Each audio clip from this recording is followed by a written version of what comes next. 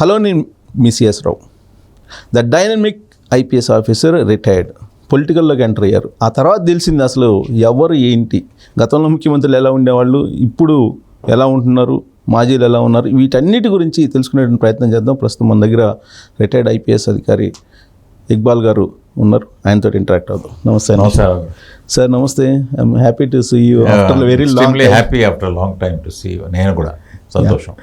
ఎలా ఉంది? సొంత గూటికి వచ్చినట్టు ఫీల్ అవుతుంది? Yes definitely. చాలా రిలీఫ్గా ఉంది. అంటే ఒక ప్రెషర్ కుక్కర్ నుంచి బయటికి వస్తే ఎలా ఉంటుంది, ప్రెషర్ కుక్కర్ సిచ్యువేషన్ అనమాట. అక్కడ నుంచి బయటకు వస్తే స్వేచ్ఛావాయువులు పీల్చుకున్నట్టు సంతోషంగా. నాలాంటి వాళ్ళు ఏమనుకుంటారంటే, నేను కూడా 26 years జర్నలిజంలో ఉన్నా, అసలు మీ మైండ్ సెట్కి అక్కడ ఎలా ఇమిడారు?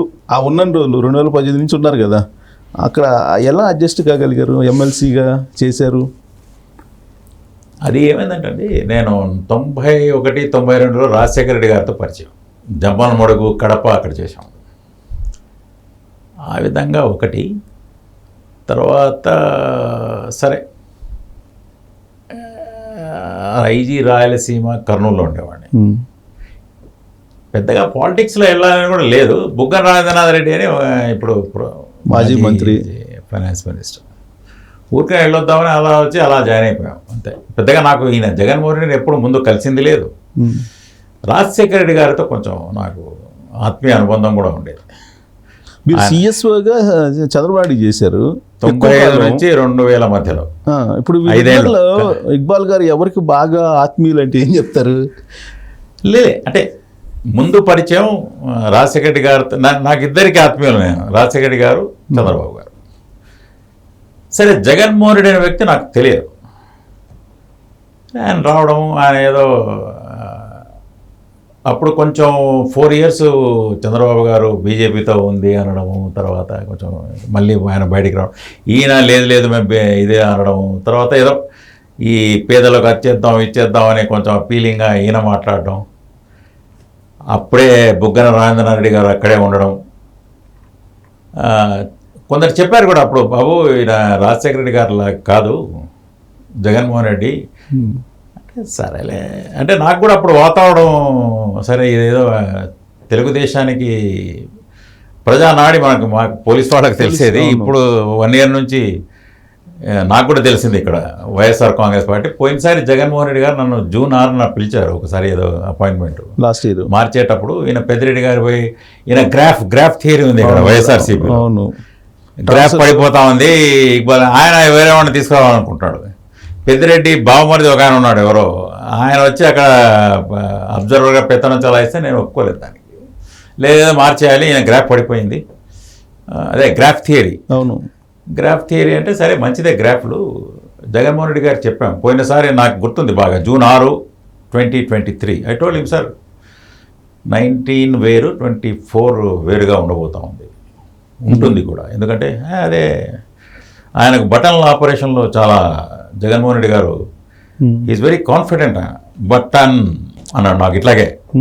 అంటే నాన్న అది కాదండి, డెస్పైట్ బటన్ ఓకే, స్కీమ్స్ ప్రజలు 19లో యువర్ ఇన్ అపోజిషన్, మీరు గవర్నమెంట్లో లేరు. ఇప్పుడు మీరు గవర్నమెంట్లో ఉన్నారు. People will question you on what you not done. Right మ్యాన్ను, రైట్ క్యాండిడేట్ను రైట్ ప్లేస్లో పెట్టి కొన్ని మనం చేసుకోవాలంటే హీ వాజ్ నాట్ హ్యాపీ. కొందరు ఎలా చెప్పగలిగేవా, ఎందుకు చెప్పామంటే అదే ఈ మాత్రం కూడా ఫీడ్బ్యాక్ ఇవ్వకపోతే మీరు అడ్వైజర్లు ఇక బటన్ నొక్కుతూనే గెలుస్తారు అని అడ్వైజర్లు తందాన అనడం. సజ్జల రామకృష్ణారెడ్డి గారు లాంటి వాళ్ళు, పెద్దిరెడ్డి, ధనంజయ రెడ్డి లాంటి ఐఏఎస్ ఆఫీసర్లు, ఆయన విపరీతమైన రాజకీయ జోక్యాలు, ఇక మిగతా వాళ్ళు కిమ్మనకుండా ఉండడం. ఒకటే సిద్ధాంతం బటన్. సరే అది కుదరదన్న. అలాగా లోపలికి ఎంటర్ కానీ ఇచ్చారా మూల విరాట్ దగ్గరికి ఆయన? అంటే నేను అదే అది కూడా ఎంటర్ ఎలాగా నన్ను మారుస్తామని ఒకటి. అంతకుముందు ఒకసారి ఇలాగే కంప్లైంట్, ఎవరెవరు ఇన్ఛార్జ్ ఉన్నాడో మార్చాలా, ఇక్బాల్ గ్రాఫ్ పడిపోయింది, అక్కడ లోకల్లో కూడా డిస్టర్బెన్స్గా ఉంది, అది ఉంది ఇది ఉంది. ఈ గ్రాఫ్లు పడిపోయిన తీరులోనే అందరినీ పిలవడం తప్ప మిగతా వాళ్ళు సగం మంది 151 మందిలో I'm on record saying that half of them have not met CM 1-to-1 like this. With జనం ఏదన్నా ఎప్పుడన్నా ధర్మదర్శనాలు అసెంబ్లీలో లేకపోతే అక్కడ లేకపోతే ఎప్పుడన్నా జిల్లాలకు పోయినప్పుడు ధర్మదర్శనం ఉంటుంది, కానీ వాళ్ళ నియోజకవర్గ సమస్యలు కానీ లేదా వాళ్ళకు సంబంధించిన సామాజిక వర్గ సమస్యలు, నా ఎస్సీ, నా ఎస్టీ, నా బీసీ, మైనారిటీ. ఇప్పుడు నేను మైనారిటీ అండి, స్పెషల్ ఆఫీసరు వక్ఫ్ చేశాను, గట్టిగా చేశాం. మైనారిటీ కమిషనర్గా బాబు గారి హయాంలో చేశాం. 4% రిజర్వేషన్ కాపాడింది. నేను రాజీనామా చేసి చెప్తే ప్రజలు నమ్మారు మైనారిటీ. తర్వాత ఈయనకేం కుదరదు, ఆర్ కృష్ణయ్య మాకు అపోనెంట్, ఆయన ఎంపిక చేశాడంటే ప్రజల్లో అది ఎక్కింది. మైనారిటీలకు దుల్హన్ పథకం బాబు గారు 40,000 మందికి ఇచ్చాడు, 200 కోట్లు అంటే నమ్మారు. ఈయన ఏం చేయలేదు కదా, 1 lakh ఇస్తానన్నాడు. విదేశీ విద్య చేయలేదు.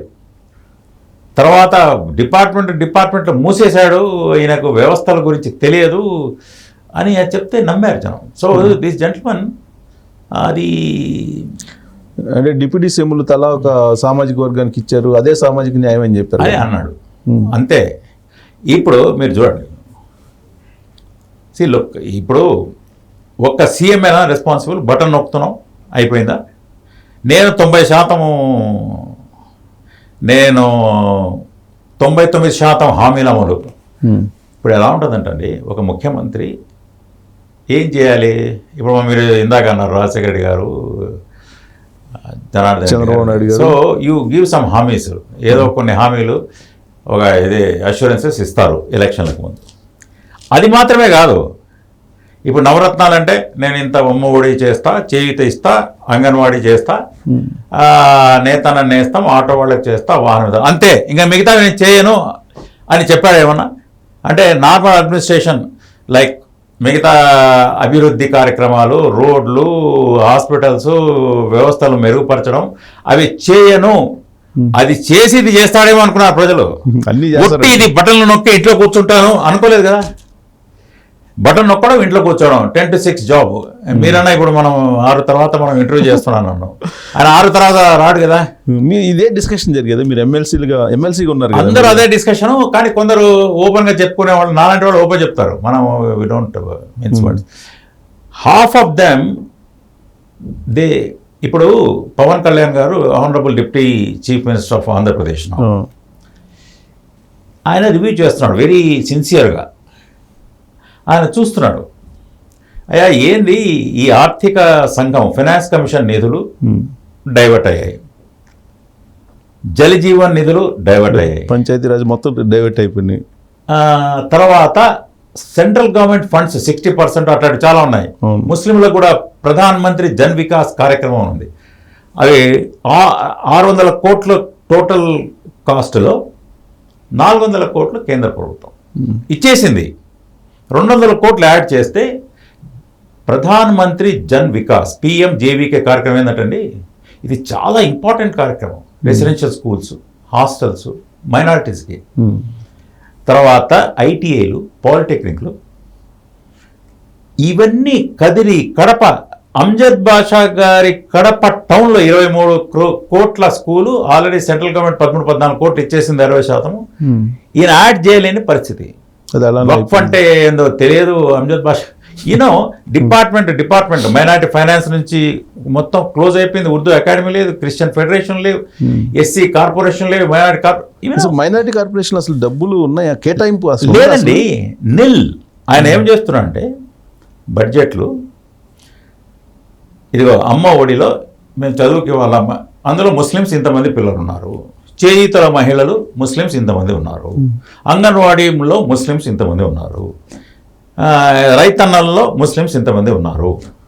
తర్వాత ఇట్లా చెప్పుకుంటూ పోయి ఇదంతా మేము ఒక మామూలు బడ్జెట్ అయితే 1000 కోట్లు, 500 కోట్లు, 800 కోట్లు ఇచ్చేవాళ్ళం, ఇప్పుడు సుమారుగా 8-10 వేల కోట్లు దాటింది మొత్తం అనే ఒక లెక్క చెప్పేస్తారు అన్నమాట.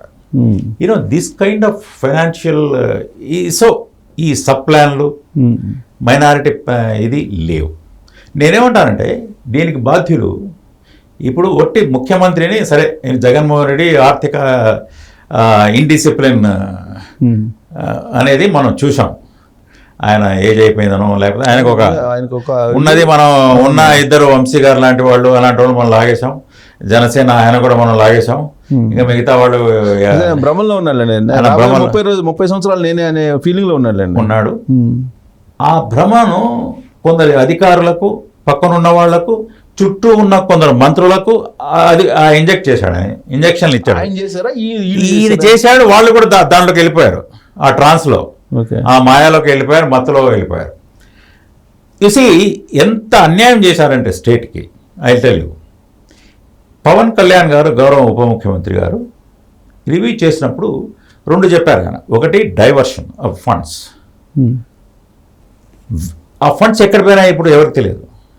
2, కేంద్ర ప్రభుత్వ నిధులు వచ్చిన తర్వాత చాలా స్కీమ్స్కి ఇలాంటి వాటికి స్టేట్ గవర్నమెంట్ కొంచెం యాడ్ చేసి, ఇంక్లూడింగ్ జల్ జీవన్ మిషన్ అన్ని చాలా ఉన్నాయి కేంద్ర ప్రభుత్వ నిధులు. ఇక లిస్టు మనం టైం లేదు. అది చేయకుండా ఆ ఫండ్స్ ఎక్కడ పోయినా తెలియదు. వెరసి ఎవరు బాధ్యులు? ఒకటి ముఖ్యమంత్రి చెప్పాడు. ఇక ఆర్థిక మంత్రి బుగ్గన రాజేంద్రనాథ్ రెడ్డి, ఆయన చాలా నాకంటే ఎక్కువ తెలివి ఉంది, నాకంటే తెలివి గల వాళ్ళు ఎవరు లేరు అని ఏదో జోక్స్ చేసి పిట్టగతలు చెప్పి అసెంబ్లీలో మనం చూసాం. కానీ వై హ్యాజ్ ఈ not put his foot down? అయ్యా ఇది మనం చేయకూడదు. రోసయ్య గారు ఉన్నారు, ఇందాక మనం గుర్తు చేసుకోవాలి. రాజశేఖర రెడ్డి గారు చెప్పినా, ఇగో రాజశేఖర గారు రాజా ఏదో అనేవాడు, నీ చేయికి ఎముక లేదు, ఇట్లయితే కుదరదు, మేము మునిగిపోతాం. హీ వాజ్ వెరీ, ఆయన రాజశేఖర రెడ్డి గారు రిక్వెస్ట్ చేసేవారు ఆర్థిక మంత్రిని. డబ్బులు లేవని చెప్పారు. డబ్బులు లేవు, ఇది కుదరదు, దానకరుడు మాదిరిగా అని చెప్పి అంటుండేవాళ్ళు. That's what is needed. Checks and balances ఉండాలి కదండి. ఇక్కడ లేవు. ఆయన వినడు అని అనుకున్నాము. అరే భయ్, వినడు అంటే నాకు నమస్కారం. ఆర్థిక మంత్రి has fail. Now he should be question. Now ఏదైనా మన కమిటీ ఆయన పిలవాలి. ఇప్పుడు వాట్ హ్యావ్ యూ డన్? శ్వేతపత్రం లేదో రెడీ చేస్తున్నారు. రెడీ చేసి దే షుడ్ బి, ప్రజలకు తెలియాలా. ఆఫీసర్స్ ఇప్పుడు అది పంచాయతీరాజ్ డిపార్ట్మెంటా, ఏదైనా డిపార్ట్మెంట్ తీసుకోండి మీరు. వాట్ హ్యావ్ దీస్, ఇప్పుడు ఆర్థిక శాఖలో ఉన్నారు జనం, మంచి మంచి ఆఫీసర్లు. మరి అరే no, it cannot be done. Chief secretaries, head of the governments, no this cannot be diverted. Central funds cannot be diverted. ప్రభుత్వ ఉద్యోగుల జీపీఎఫ్లు మనం డైవర్ట్ చేయకూడదు, పెన్షన్లు డైవర్ట్ చేయకూడదు, అంగన్వాడీలు, తర్వాత ఈ డ్వాక్రా మహిళల సొమ్ములు ఫండ్స్ అవి కూడా డైవర్ట్ అయ్యాయి. వాళ్ళు స్త్రీ నిధి ఏదో పెట్టుకున్నారు పాపం. వీళ్ళు డ్వాక్రా మహిళలు, దట్ ఫండ్ ఈస్ డైవర్టెడ్. ఇప్పుడు అది దేనికి ఉపయోగించుకున్నారు? నాకైతే నేనేమంటానంటే, నాకు అర్థం కావట్లే.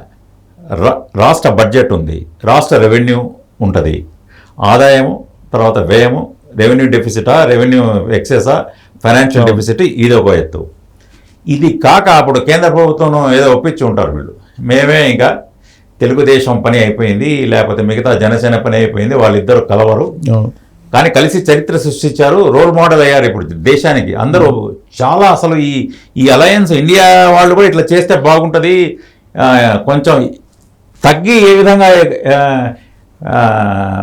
అణిగి మళ్ళీ పైకి ఒక అలలాగా ఎగరడం అనేది ఎలా ఉంటుంది?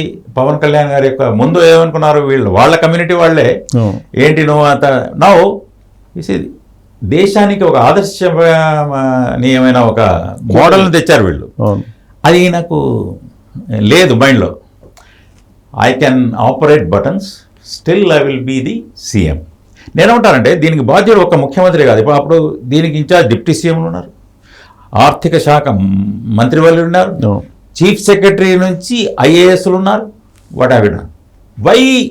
అరే మీరు కూడా ఆ మత్తులో వెళ్ళిపోయి మీరు మీ బాధ్యతను మర్చిపోయి, అట్లా కాదండి. IAS that's civil service, it's continuous service. కానీ ఇప్పుడు జవహర్ రెడ్డి గారు చీఫ్ సెక్రటరీగా ఉన్నారండి. జస్ట్ మౌఖిక ఆదేశాలు, ఫోన్ చేస్తే ఆయన బిల్లు ఎవరికి ఇవ్వమంటే వాళ్ళకి ఇచ్చేసారు. ఇప్పుడేమో అసలు పనులు కానిటువంటి వాడికి కూడా ముందే ఇచ్చారని చెప్పి అంటున్నారు. మరి అది నేను అది మచ్చ కదా, మాయని మచ్చ కదా, అది మాయని మచ్చ.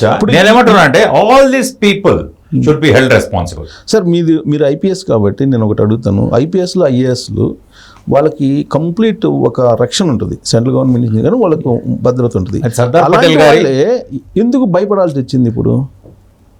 అదే చెప్తున్నాను నేను. మనది బెస్ట్ ఉమ్మడి రాష్ట్రంలో ఆంధ్ర తెలంగాణ కలిపి ఇప్పటి అసలు ఐపీఎస్ సర్వీస్ అన్నా ఐఏఎస్ సర్వీస్ అన్నా ఇది ఒక రోల్ మోడల్ మన కంట్రీకి ఉండేది. ఎడ్యుకేషన్ సిస్టమ్ మన సర్వీస్ నేను మొన్న ఎవరో అడిగితే వేరే ఛానల్ కూడా చెప్పాను, ఎస్వి ప్రసాద్ గారు లాంటి ఆఫీసర్స్ ఆయన కూడా ఎంతో మంది దగ్గర చేశాడు. ఇటు చంద్రబాబు గారి దగ్గర చేశారు, అటు విజయభాస్కర్ రెడ్డి, తర్వాత జనార్దన్ రెడ్డి గారి దగ్గర, ఇవన్నీ కాంగ్రెస్ సీఎంల దగ్గర చేశాడు, ఇటు చేశారు. I mean he was civil services అనేవి ఇది కంటిన్యూస్ ప్రాసెస్. అది గవర్నమెంట్స్ సీఎంలు మారుతుంటారు. సర్దార్ పటేల్ గారు అప్పుడు ఆలోచించి పెట్టిన సర్వీసులు ఇవి. నానా ఇది ఉండాలి, మీరు మీకు వాళ్ళకు code of conduct, rules, service ఇవన్నీ ఎందుకు? So that you don't go by illegal orders. తర్వాత ప్రజా వ్యతిరేకమైన ఏదన్నా వచ్చినా తర్వాత ఆ బుక్ ఉంటుంది, సివిల్ సర్వీసెస్ ఇది అడ్మినిస్ట్రేటివ్ ప్రొసీజరల్ బుక్స్ ఉంటాయి, మాన్యువల్స్ ఉంటాయి వీళ్ళకు. దీనికి వ్యతిరేకంగా అన్నీ చేస్తూ ఉంటే కూడా ఇప్పుడు ఈరోజు పెన్షనర్స్కు డబ్బులు లేవు, స్కీమ్స్కు రాలేదు, ఈయన ఊరికే బటన్ అక్కడ పడిందని చెప్పడం తప్ప ఎన్నో కేంద్ర ప్రభుత్వ నిధులు అంటే ఇన్ఫ్రాస్ట్రక్చరల్గా నిర్మాణాత్మకమైన పనులు లైక్ స్కూల్స్, హాస్టల్స్ ఇవన్నీ ఆగిపోయాయి. చట్టంలో రావాల్సిన ఆర్గనైజేషన్స్ కూడా తీసుకొచ్చుకోలేకపోయారు వీళ్ళు. ఇప్పుడు ఇది నష్టం కదా. ఒకటి సార్, మీరు 40 years నుంచి మొత్తం చూస్తున్నారు కదా ఎడ్యుకేషన్ సిస్టమ్ ఎలా ఉండేది అనేది. ఒక డిజాస్టర్లోకి ఇప్పుడు ఎందుకు వెళ్ళిపోయింది అంటే ఆయన భయపించాడా, లేదంటే అతను పరిపాలన నచ్చి వీళ్ళే బెండ్ అయిపోయారా? ఏ యాంగిల్ కనిపిస్తుంది మీకు ఎడ్యుకేషన్ సిస్టంలో? నేను అనుకోవడము అంటే ఇప్పుడు చూడండి, ఒకవేళ భయపెట్టించారా అనుకుందాం, చాలామంది అన్నా మనమే వస్తున్నాం అనేవాడు, చాలామంది చెప్పేవాళ్ళు కూడా బయటకు వచ్చి నాతో అనలేదు కానీ, but he was very smart గారే వచ్చేస్తున్నాం మేము. ఓకే, ఆ కాన్ఫిడెంట్ ఓకే. దాంట్లో కొందరు అధికారులు మత్తులోకి వెళ్ళిపోయారు. వాళ్ళు అడ్వైజర్లు, ఇప్పుడు చీఫ్ సెక్రటరీలు, ఇది డీజీపీలు, వాళ్ళని దాటి ఆ పరిపాలన అంతా అక్కడక్కడే నడిచేది. ధనంజయ రెడ్డి, ఇటు పక్క సజ్జల రామకృష్ణారెడ్డి గారు, ఇక్కడ పెద్దిరెడ్డి. అఫ్ కోర్స్ సార్, ఇప్పుడు ఎంత ప్రెజర్ చేసినా ఇప్పుడు మీరు మీ అంటే కెరీర్లో మీరు ఎప్పుడైనా బియాండ్ ది లైన్ చేశారా? Beyond the line never. కొద్దిగా ఎక్స్టెండ్ చేసి ఉండొచ్చు, ఓకే, అయ్యి చిన్న అంతేగాని you can bend not break. ఒక థియరీ ఉంది, కొంచెం నాయనా ఈ ముద్దాయిని కొంచెం చూడండి, ఎక్కువ ఎవరన్నా కొట్టకండి, లీగల్గా జనరల్గా పోలీసుల్లో అవును కొంచెం బయట పెట్టండి, మరీ లాకప్లో వేసి బట్టలు ఇప్పి ఇలాంటివి అంటే రైట్. బట్ కేసే పెట్టకుండా చూడండి, మా ఎస్పీ చెప్పాడు కేసే పెట్టకుండా చూడంటే ఇన్స్పెక్టర్ బాధ్యుడు. ఇప్పుడు ఫోన్ ట్యాపింగ్ కేసు అయింది అన్నారు ఇక్కడ, మన దగ్గర కూడా అయి ఉంటుంది. దాని మీద ఇవాళ వచ్చింది బయటికి ఫోన్ ట్యాపింగ్ సంబంధించి మన ఆంధ్రాలో ఇప్పుడు లేటెస్ట్ వచ్చింది. ఆంధ్రాలో గ్యారంటీగా వచ్చి ఉంటుంది. మేమే భయపడేవాళ్ళం. We never use to talk. ఎవరు కూడా మా ఓన్ కలీగ్స్ వైఎస్ఆర్సీపీలో ఉన్నప్పుడు they never use to talk. మంత్రులు మాట్లాడేవాళ్ళు కాదు, ఆఫీసర్లు మాట్లాడేవాళ్ళు కాదు. ఆయన చెప్పారు కదా, ఎవరో సూర్యనారాయణ గారా ఎన్జిఓ సూర్యనారాయణ, వారు చెప్పారు, వాస్తవం అది. సో దీనికంటే మేజర్ వెళ్తుంది అక్కడ. మీరు ఇప్పుడు ఆల్రెడీ నలుగురు పేర్లు ఇప్పుడే లేటెస్ట్గా బయటకు వచ్చింది, ట్యాపింగ్ పలానా వాళ్ళు చేశారు అని. 100% చేసి ఉంటారు. ఎందుకంటే ఎవరికైతే అభద్రతా భావం ఉంటుందో గ్యారంటీగా ఇటువంటి దానికే పాల్పడతారు. మనం వస్తున్నామా లేదా, రావాలంటే ఏం చేయాలి, ఎక్కడ డబ్బులు సప్లై ఎట్లా చేయాలి, ఏం చేయాలి, వాళ్ళు ఏమైనా చేస్తున్నారు, మనం దాన్ని కౌంటర్ మూవ్స్ ఏం చేయాలి, రాజకీయంగా వాళ్ళు చేసే మూవ్స్ ఎలా తెలుసుకొని మనం దాన్ని అంటే ఇది అనైతికమైన పనులతో కూడా మీరు రావచ్చు. పైకి చెప్పేదేమో ఈయన దేవుడి దయ, ప్రజల ఆశీర్వాదం. అవును, నేను అదే చెప్పా ఒక తేనను, ప్రజల ఆశీర్వాదం లేదు, దేవుడి దయ లేదు. మీకు తల్లి ఆశీర్వాదం లేదు, చెల్లి ఆశీర్వాదం లేదు, దేవుడి దయ ఎందుకు లేదంటే మీకు ప్రజల ఆశీర్వాదం లేదు. మీరు సారాయి ఎలాంటిది ఇచ్చారు, వాళ్ళ ఇసుక లేకుండా చేశారు, తర్వాత పాస్ పుస్తకాల్లో ఆయన ఫోటో వేసుకున్నారు. ఎలా మీకు ప్రజా ఆశీర్వాదం? ఆయన ఊహ ఏంటంటే, కానీ నాకు ఆశ్చర్యం ఏంటంటే సరే సరే ఆయన ఏదో పరిపాలన చేశారు, ఎవరైనా మళ్ళీ రావాలనుకుంటారు, సరే ఆయన ఏదో చేశారు, ప్రజలు శిక్షించారు, అయిపోయింది. ఇప్పుడు అసలు ఐపీఎస్లు ఐఏఎస్లు ఒకవేళ మళ్ళీ అధికారంలోకి వస్తుంది అని చెప్పి నమ్మారు అనుకుందాం. నమ్మారు, ఓకే, నమ్మినా కానీ బేడదని నేను వెళ్ళకూడదు కదా, వెళ్ళకూడదు. మరి ఇప్పుడు అదే చెప్తున్నాను నేను, ఆ సిస్టమిక్ ఫెయిల్యూర్ వల్లనే ఇది మొత్తం ఒక సిస్టమ్ కొలాప్స్ అయింది. అది ఎట్లా? ముఖ్యమంత్రి తర్వాత మంత్రులు ఫెయిల్ అయ్యారు, మంత్రుల తర్వాత చీఫ్ సెక్రటరీ దగ్గర నుంచి కింది స్థాయి అధికారుల వరకు ఫెయిల్ అయ్యారు. ఒకప్పుడు పోలీస్ వ్యవస్థ ఉందనుకోండి, ఒక ఇన్స్పెక్టర్ని కూడా వాళ్ళు ఏడుకోరి తెచ్చుకున్న ఒక ఇన్స్పెక్టరు, డిఎస్పీ, మేము కూడా ఐజీగా చేసాము. నేను ఉన్నప్పుడు కూడా చాలా అప్పుడు 1819లో వచ్చినప్పుడు కేసు బుక్ చేయమన్నారు. మేము కడపలో అందరి మీద బుక్ చేశాను నేను, ఇంక్లూడింగ్ రైట్ ఫ్రమ్ ఎవ్రీబడి. మనకు ఇక్కడ ఉన్నప్పుడు కూడా వీ నెవర్. ఇప్పుడు నాకు తెలిసి కూడా చంద్రబాబు నాయుడు గారు ముఖ్యమంత్రిగా ఉన్నప్పుడు మినిస్టర్స్ వచ్చి అప్పుడు పక్కా గృహాలు రావడం అనేది పెద్ద టఫ్గా ఉండేది అప్పట్లో. ఫైల్ తీసుకొస్తే మా లిమిట్స్ ఇన్నే ఉన్నాయి ఈ జిల్లాలో, ఎందుకన్నా ఇవ్వలేమని చెప్పి ఫైల్ పక్కన పెట్టేవాళ్ళు కలెక్టర్లు నిర్దాక్షిణ్యంగా మంత్రుల్ని. అవును, అలాంటిది ఇవాళ ఎమ్మెల్యే ఒకసారి జిల్లా ఎస్పీగా అపాయింట్ అయిన తర్వాత ఎమ్మెల్యే ఇంటికి పోయి వాళ్ళకి సెల్యూట్ చేయటం ఏంటి? అసలు నిన్న కూడా ఏదో దీంట్లో మాట్లాడుతూ కరెక్ట్ అది. ఇప్పుడు ఐజీ గారు ఉన్నారా, నేను 52 మంది ఎమ్మెల్యేలు నా కింద ఉండేవారు. సో వస్తే నేను అదే ఇందాక ఎమ్మెల్సీ అనేది మీకు గౌరవం కదా, నాకు ఎమ్మెల్సీ ఇస్తే అది పెద్ద కథ. నేను అన్న ఎమ్మెల్సీ పెద్ద వీళ్ళ టైంలో చెప్పుకునేవాళ్ళు, మేము ఎమ్మెల్సీ ఇచ్చాం. 24 రోజుల ముందు ఆయన గనిగా రిటైర్ అయితే ఆయన నన్ను బొమ్మన్నారు. దట్ ఈస్, నేను వద్దన్నాను, నాకు వద్దు నాయన, ఏ ఎమ్మెల్సీలు వద్దు, నేనేమి కోరుకోలేదు, టికెట్ కోరుకోలేదు. టికెట్ నాకు ఇవ్వలేవాళ్ళు, గని గారికి ఇచ్చారు, ఆయన రిటైర్ అయ్యాడు. ఇక అదే క్రికెట్లో లాస్ట్ నైట్ వాచ్మెన్ లాగా పంపారని చెప్పుకుంటుంటాను. బట్ ఎనీవే, ఈ మెహర్బానీ దయాదాక్షిణాలు చేస్తున్నట్టు చెప్పుకోవడం నా ఎస్సీ అంటే మైనారిటీలకి మీరు చెప్పే పాయింట్. ఆఫీసర్స్ అదొకటి మీ ఇందాక అడిగా. నో ఇష్యూ, నేను అదే చెప్తున్నాను, it's a collective failure of సమిష్టి సమిష్టిగా విఫలమయ్యారు. అంటే బోత్ ఆఫీసర్స్ అండ్ మినిస్టర్స్ అంటారా? Officers, ministers, right up to CM. CM చెప్పిండొచ్చు కాక నియంత్రణ తప్పకూడదు. నేనేమంటానంటే సార్, నాకు విఫలంలో బాధ్యత రహితంగా ప్రవర్తించారు. ఎడ్యుకేషన్ సిస్టమ్ కరెక్ట్గా ఉంటే మంత్రులు కరెక్ట్గా ఉండేవాళ్ళే, నేను నా ఫీలింగ్. ఎగ్జాక్ట్లీ, నేను దాంతో పూర్తిగా ఏకీభవిస్తున్నా. వాళ్ళ బాధ్యతను విస్మరించి బాధ్యతారహితంగా ప్రవర్తించడమే కాకుండా ఒక రకంగా ఒక ఏ విధంగా ప్రవర్తించకూడదో తమ విధులను పట్ల వాళ్ళు విధి నిర్వహణ లోపమే కాదు, అది ఒక రకంగా వ్యతిరేకంగా తమ విధి బాధ్యతలకు అసలు విస్మరించి దాన్ని పూర్తిగా గాలికి వదిలేసి ఒక రకంగా దాన్ని చెంచాగిరి అంటాం కదా, జీ హుజూరీ చేశారు. ఇది సివిల్ సర్వీసెస్కు నచ్చదు. నో, అది పోలీస్ సర్వీసా, అడ్మినిస్ట్రేటివ్ సర్వీసా? We should have done this, they should have done this. వాళ్ళు అకౌంటబుల్ ఎవరు ఉన్నారో కావాల్సిందే. ఎందుకంటే ఈరోజు ఇప్పుడు మీరు చూడండి, 13.5 లక్షల కోట్ల అప్పు, స్టేట్ రెవెన్యూస్. ఈయన జగన్మోహన్ రెడ్డి గారు చెప్పిందే 2.7 lakh crores per year freebies టోటల్గా ఆయన చేసింది ఇంతవరకు 2.7 lakh. వేరే అది నెక్స్ట్ మన స్టేట్ బడ్జెట్ ఏమైంది, నిధులు ఏమయ్యాయి, సెంట్రల్ అప్పులు ఏమయ్యాయి, ఎక్కడ పోయినాయి? ఇంత డైవర్షన్, కార్పొరేషన్ల నిధులు, సెంట్రల్ గవర్నమెంట్ నిధులు, ఏ స్కీమ్ తీసుకున్నా కూడా ఎవరికి తెలియట్లేదు ఇప్పుడు.